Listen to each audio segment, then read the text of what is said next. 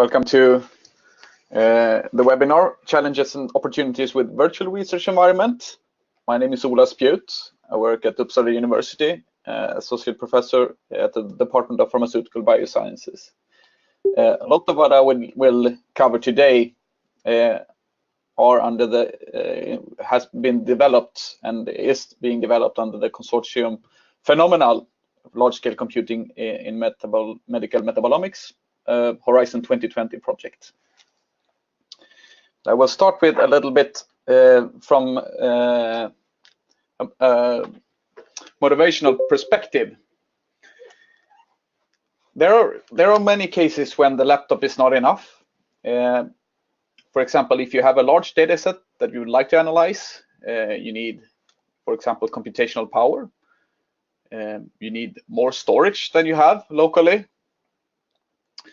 But maybe you also need access to a set of specific software tools, and you should also be able to connect these tools to each other, and they should be able to operate on your data. These might not seem harsh requirements, but anyone who's worked on data analysis knows all the obstacles for getting data in the right format, in the right place, selecting the right tools and linking them together.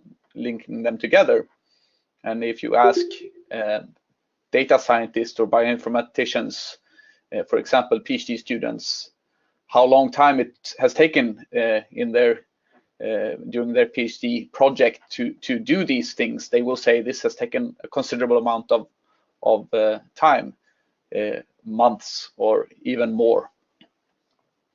So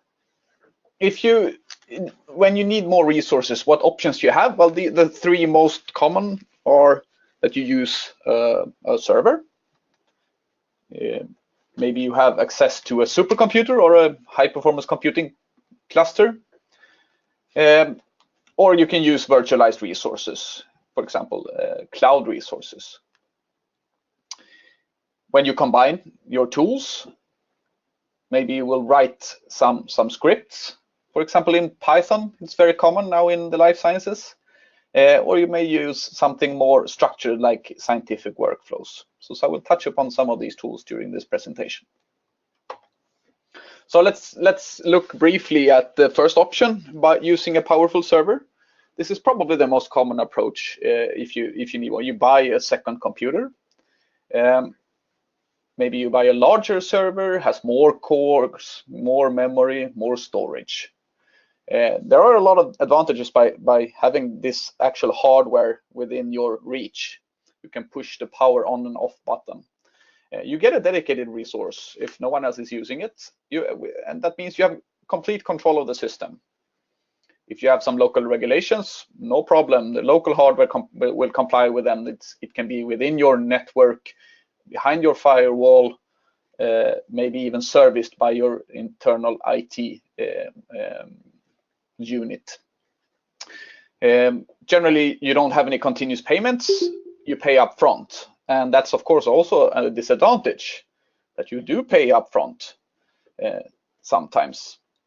But there are more disadvantages, of course, and you always have to buy more resources that than you need at this time, just to be certain, because who knows what requirements will you have next month, and you will have to get the hardware that sort of will be sufficient to your peak analysis. So if you want to do a lot of small things, but then one large, well, you will need the hardware for the large analysis up front.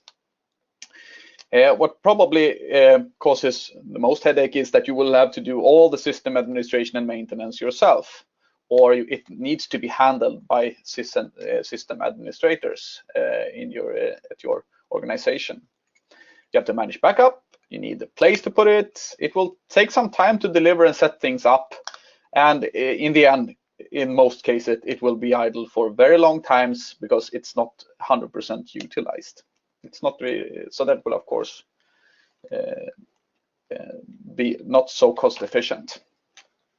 So let's the option 2, if you use a shared computer cluster, a lot of people, especially in academia, but also in various types of industry, have access to shared computer clusters. They are large installations where you have computational nodes, large-scale storage that are shared between many users.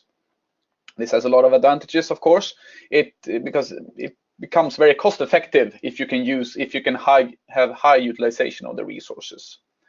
For parallel jobs that can utilize many cores, you will get very good performance. Since they are up and running, you have a fast, and they're usually up and running 24/7, you have fast access to these resources. There are some disadvantages. They're usually fixed systems. They have a fixed operating system, for example, running Linux, and a fixed storage. And if you cannot fit your data in that storage, well, there's nothing you can do. Usually you have very low control of the software installations. You might be able to request the software being installed, but maybe it's installed in the wrong version and so on. You have to interact with system administrators. There's a job queue. Your job will not start instantly. And it's usually a restrictive system in terms of services and the databases. Because of security reasons, you probably cannot launch a service that it's connected to the internet and accepts input because of exposing some security threats to this, security holes. So I will mostly focus on virtualized resources for the rest of this talk, which is an alternative and the option number 3 in my list. Maybe you don't have access to high-performance computing systems, or maybe they're not sufficient for you. Maybe you need some more complex analysis environments. You want to run a big data framework or some operating system that is not available on the high-performance computing system. Maybe you need more dynamic resource provisioning so that you need to scale up and down as you go in the number of cores. And when you look at high-performance computers or a standalone server, they are fixed. You don't change that dynamically easily. Also, if you want to collaborate, for example, via internet and expose services that interact, this is not so easy to do on shared resources.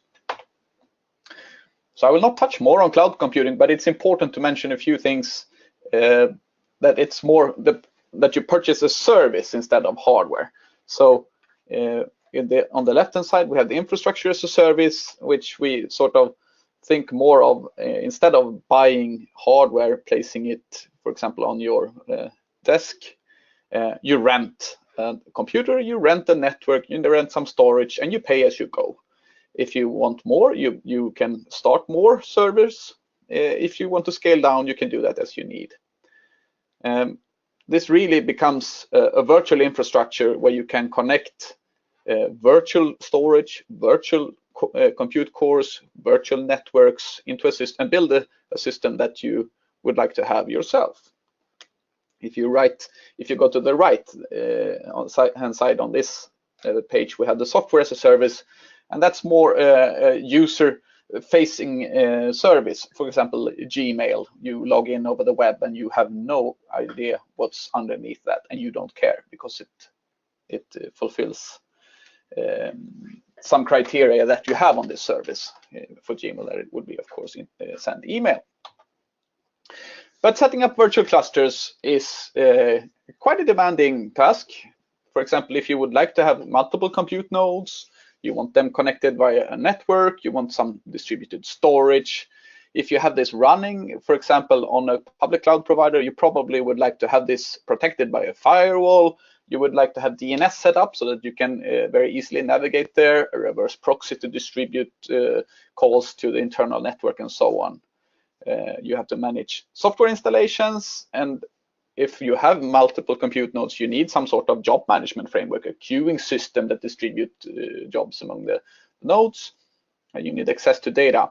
And if you are not a system administrator, or if you are not, if you don't have this high level of expertise, I would say that this is a very complex task. So can we simplify this process? And of course we can. And this is where I will focus the rest of my talk on virtual research environments. So looking at how people define VRE, I found three sources on the web that I thought was kind of good. And the first one is more the focus on online tools and online network resources and technologies. And the second one pushes more on the web-based, community-oriented working environments. And the last is how we define this within the Phenomenal Consortium.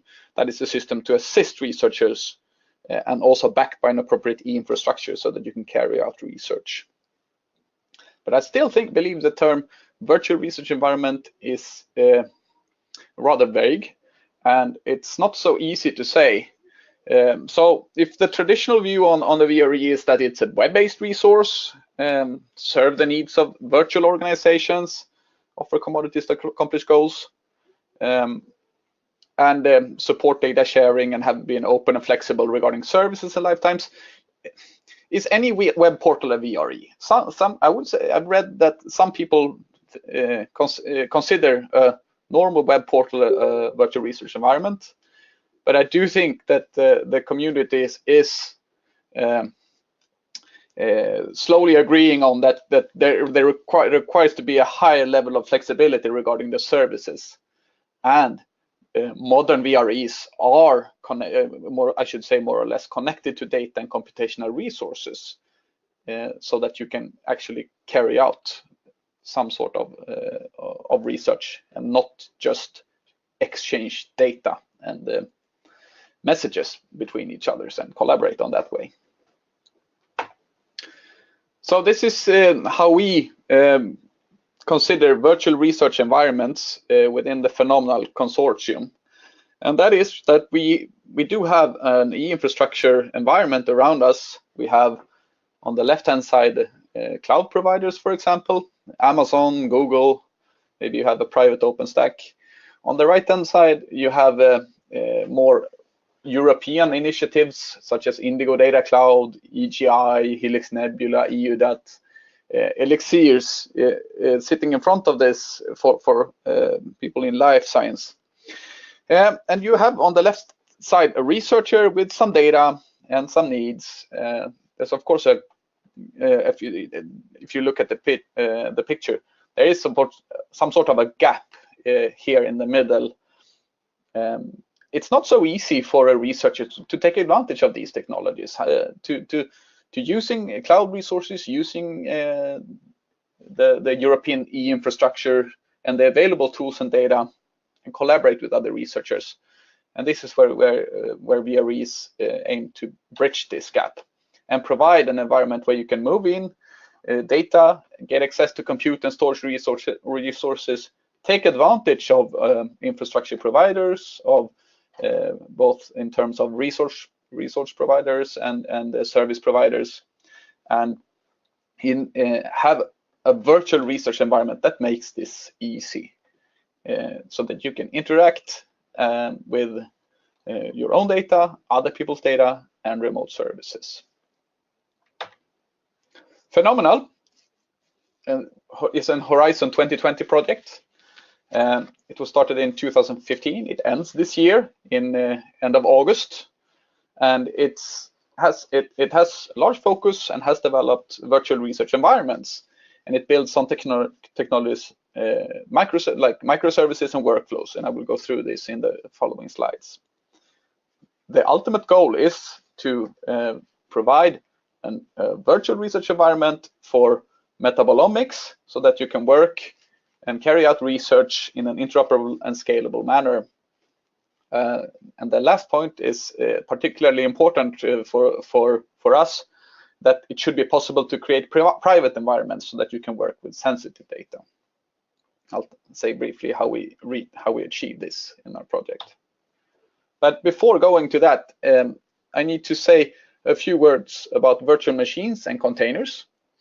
And virtual machines are sort of the core component in cloud computing, cloud setting, and virtualization. You package entire systems isolated from each other, so that the virtual machine contains an operating system and everything else. It's isolated from other from other virtual machines on the same server using a hypervisor.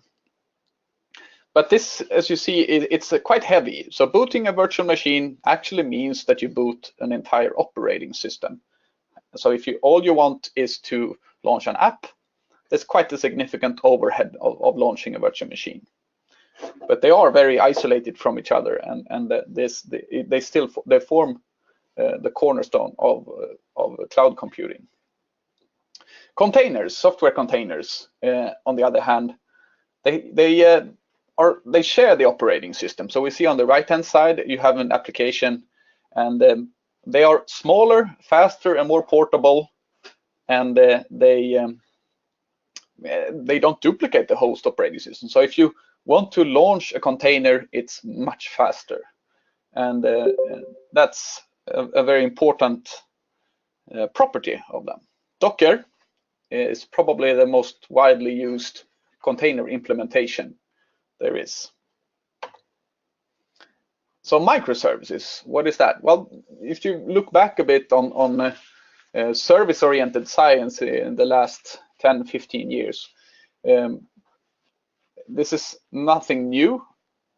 It's been widely accepted that decomposing functionality into smaller services that can communicate with each other adds flexibility. And it's the same with microservices. Do one thing, do it well. But microservices take this one step further, that they have some. If you say that traditional services are larger and more fixed, microservices should be portable. They should be easy to scale, and the objective is that you can chain these services to larger tasks. In this case, when doing this, you minimize the risk and maximize the agility in these settings. Software containers are really ideal for microservices, and in the phenomenal project that we work in, we use Docker containers for this. Some people consider containers to be the same thing as microservices, and that is not correct. A container can be anything. It doesn't need to be a service. But if you, on the other hand, if you turn it around, I would like to say that probably most microservices right now are implemented as containers, because it has shown to be a very efficient implementation. But I'd like to hear other people's thoughts on this as well. Anyway, so if you have a set of containers that you would like to launch, and you have launched a computational environment that consists of several computational nodes, you need a system to manage the containers. They need to start, stop, and you need to pack them on the different nodes. So let's say you have, in this case, 3 nodes, and you run 10 different containers. Where should they run? Well, this is the objective of the container orchestration, container orchestrating services framework like this. And Kubernetes is by far the most widely used today. There are a lot of others, and Mesosphere is another, Docker Swarm, and so on. But Kubernetes has the most momentum, and it originated from Google, and it has shown to be very stable and has a large user base, very suitable for microservices. This is the core framework for orchestrating containers we use in the Phenomenal project. Okay, so now we have tools. They are packaged as containers, and we can run them. We can package them and run them on different computational nodes. But how do we connect them together if we have a multi-step analysis? Well, we can, of course, write a script that does this for us. But a more suitable way of using these containers is connecting them to a workflow. And we have in the Phenomenal project used various or different workflow systems, Galaxy is probably the most widely used for us. We've also tested some other like Pachyderm and Luigi. The objective of these workflow engines is to enable automated and fault-tolerant execution, and the reproducibility comes as a how should I say, as an additional bonus based on this. But you would really like to start it and stop it, and if something goes wrong, you would like to rerun parts of the analysis. So this is an overview of the Phenomenal project. You as a user, you can deploy your own virtual research environment on any infrastructure as a service provider. So that means that there is a reference implementation running where you can just point your web browser, but what it really entails is when you need the resources, you start them on, for example, a powerful server or a cloud provider, and then you get access. You own this infrastructure, you own this, you pay for, and you pay for it too. And Phenomenal installs all the framework, sets up all the network, the storage, the nodes, installs the software, and makes available to you as containers a large suite of tools. And the approach is, of course, as I said, you deploy this infrastructure and you have containers tools. This is a bit of technical slides on how we do this. I will not go into detail how this is done, but an important point to understand is that the VRE in Phenomenal builds on Kubernetes, and there are various services running inside of these Kubernetes, such as Galaxy, such as Jupyter, such as Luigi, and these are long-running services that you can interact with, but the rest of the analysis tools in your workflow are also run as containers on demand. They are not always running. So the users should not see this.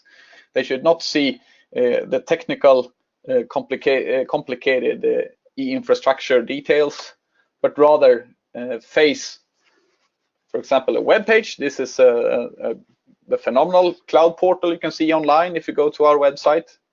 And this is what you see if you launch the Phenomenal website, and you get access. You can connect containers into workflows.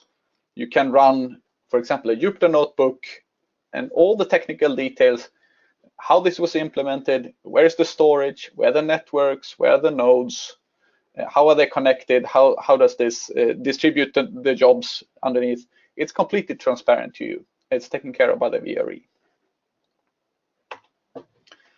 So we have a set of apps and workflows in metabolomics. I encourage you to go to the Phenomenal website and have a look at this.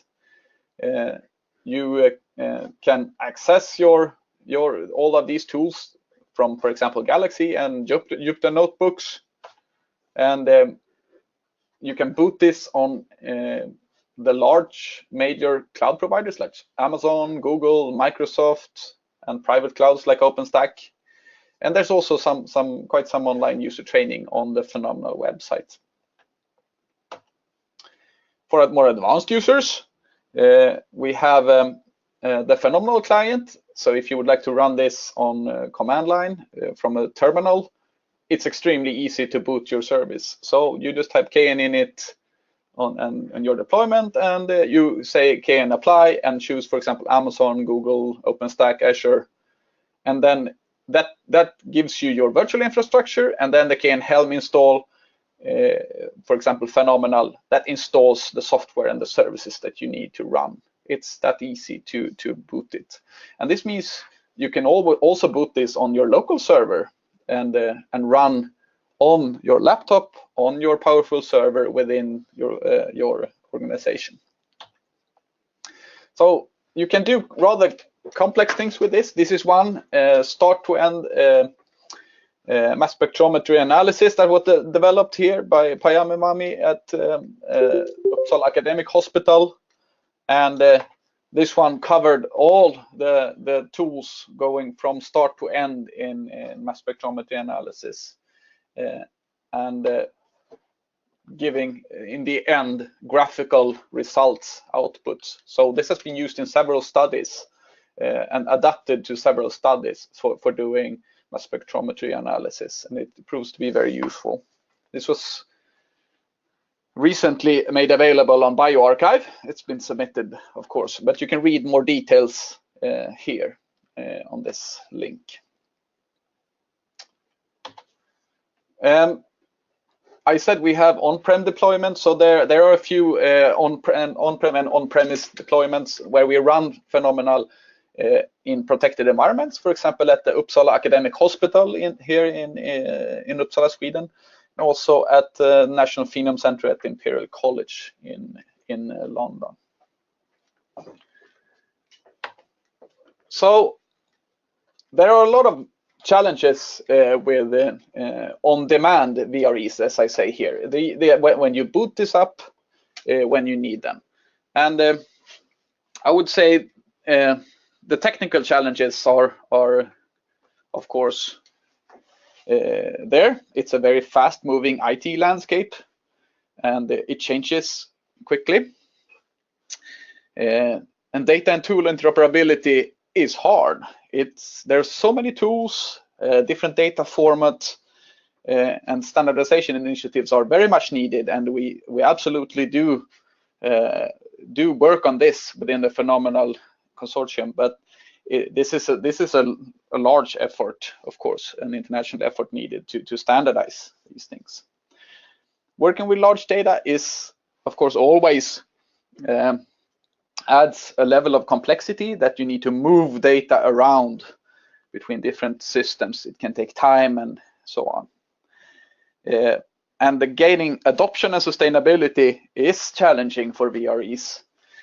Projects like Phenomenal have a short lifetime, a few years, and these projects they need to be sustained over longer periods of time. There are challenges with these, I would say, but there are great opportunities, of course. These on-demand environments that can be launched on any infrastructure is, of course, a very powerful thing. Very unlike traditional hardware systems and how you install and run them.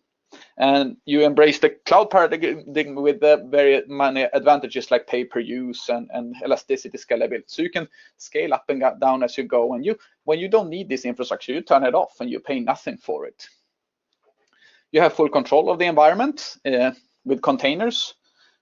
You can package each different version in a container, and you can have different tools chained using these workflow systems, and that makes it a very agile way of working, and also fosters reproducible analysis. So there are a lot of opportunities, and there are quite some challenges with this. I think in the Phenomenal project we've come very far on this, and I think that looking at seeing the adoption when the systems and the tools are run, for example, at the Uppsala Academic Hospital, and the people involved in the clinical analysis say that this is really important and it's helping them a lot. It gives me a lot of encouragement that these things are. VREs constitute important component of tomorrow's infrastructure. So with that, I'd like to thank you for your attention.